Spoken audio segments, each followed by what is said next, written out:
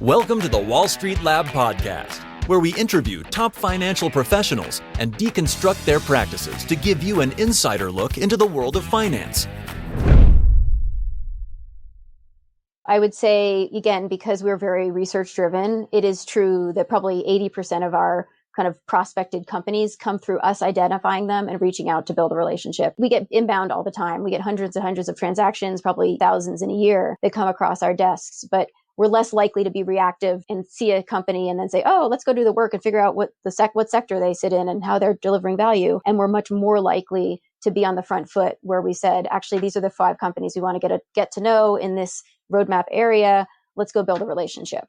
So how do we do that? We have a whole host of tools in our tool belts. One of them is a co-investment ecosystem that, we've built up over time where we've co-invested with companies, with other partners for, again, 10 plus years on the private side. Another tool in our tool belt is the convenings that we can pull together. So for example, we can host dinners, bring together a set of partner of companies to talk about a future of food or future of sustainable consumer or future of cities or what have you. And then also we have a very productive format called a solution summit where we will bring together probably like 30 to 40 executives and thought leaders together on kind of a 2-day event format. Again, with our chairman convening and hosting the 2-day event where we'll debate a topic, how their sector is being transformed by sustainability, technology disruption, consumer demand, policy, and what have you. So these solution summits are incredibly valuable. I think we've done over a dozen of them over the past several years, and they'll pick up on topics. We had Sustainable Healthcare Summit at the end of last year in San Francisco, and here you'll have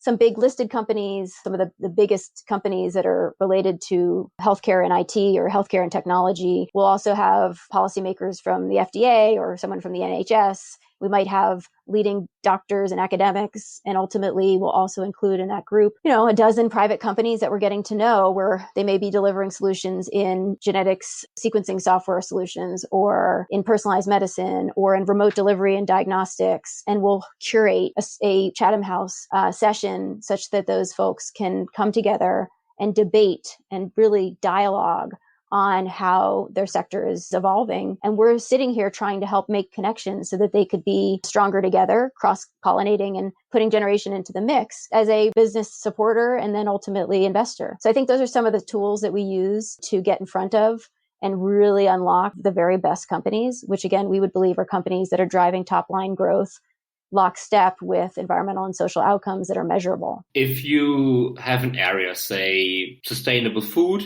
or agriculture, and you identified 5 companies that are in the area. Do you then try to invest in all of those if the financials are the same, or do you try to pick one out of this particular area that you want to focus on? We will not do the spray and pray, which is more venture. And I'm not being dismissive. I'm just saying we're not going to pick 10 great early companies and hope that we can back the one that comes out of that. It's more likely that we're picking the one that we believe is the winner or the market leader or the one that we most likely can back exclusively. These are companies that have moved past technology risk, have moved past product market fit risk, and are really into kind of market expansion or penetration, right? So these are companies that in the most cases have hit a level of commercial revenues to the tune of like 30 plus million, 30 to 300 million. So quite a broad spectrum, but companies that are compounding. So they're still growing quite quickly, many cases still loss making, but they've got a validated customer base that's diversified. And now they're really kind of pushing on the accelerator. And so that's why all that road mapping research comes in handy, because it helps us to really go deep an investment thesis and therefore apply that investment thesis behind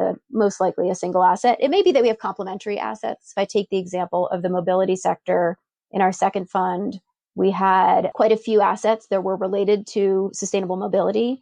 So in one instance, we had an electric kind of bus technology platform that was driving adoption of heavy duty vehicles and electric heavy duty vehicles. We had one bike sharing asset providing intermodal city solutions. We had a 3D mapping software company for level 4 and 5 autonomy. And then we have a personal mobility, electric scooter and battery swapping network in Asia. 4 mobility assets, highly uncorrelated, but actually many of them linked to different roadmaps, and in particular, the electrification roadmap, which led us to express our investment thesis both in the heavy duty industrial end, as well as the personal mobility in Southeast Asia end.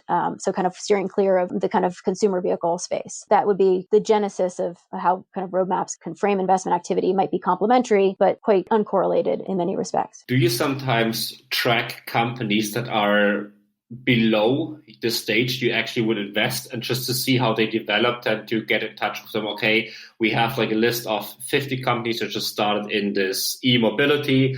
We're just going to look at them. We're going to see how they perform over time, and then we go in? Or do you only look at companies that are already there? No, that's almost always the case. So actually, when I say we want to look for these like highly qualified opportunities off of roadmaps, of course, to get to that state, to get to the 5 that you love, you have to look at the 50 or the 100 that exist, right? So we should be exhaustively reviewing these sectors and mapping all of the assets that potentially we could invest in. And then we need to put them on the value chain and figure out, are they kind of upstream, downstream? What's their margin profile? What's their defensibility of their margin over time? How are they going to grow? What are their partnerships? So yes, there's an enormous list, and any roadmap, the funnel will be like tens of hundreds of companies down to a set that we really want to build relationships with. And we absolutely love spending time with companies that don't yet need our money, because if we meet them 2 years before when they do need our money, or when they would find our value proposition a fit for what they need to scale, that's great, because we would rather have these relationships built over time. In particular, this is the way that we've met some of our very best companies. I mentioned summits because that's kind of a way to extend a calling card to some of those businesses. We actually invited the CEO of this company, Gore, which is the electric mobility and battery swapping platform,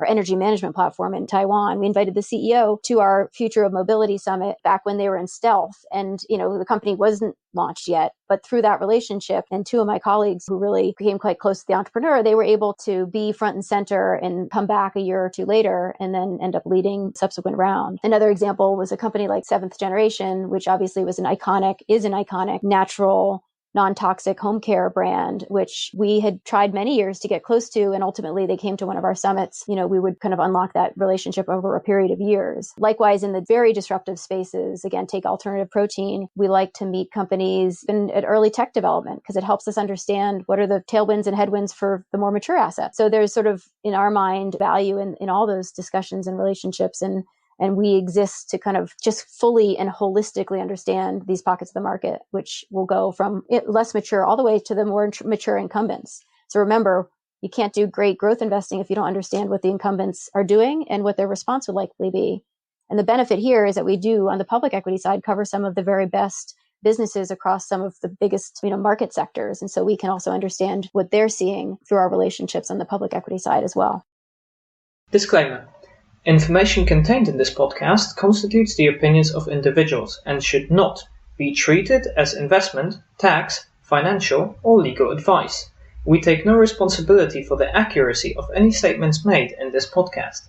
This podcast is for informational and educational purposes only, and it does not contain an offer to sell or buy any sort of financial products and should not be treated as advertisement for such. Any copying, distribution, or reproduction of this podcast without the prior permission of the creators of the podcast is strictly prohibited.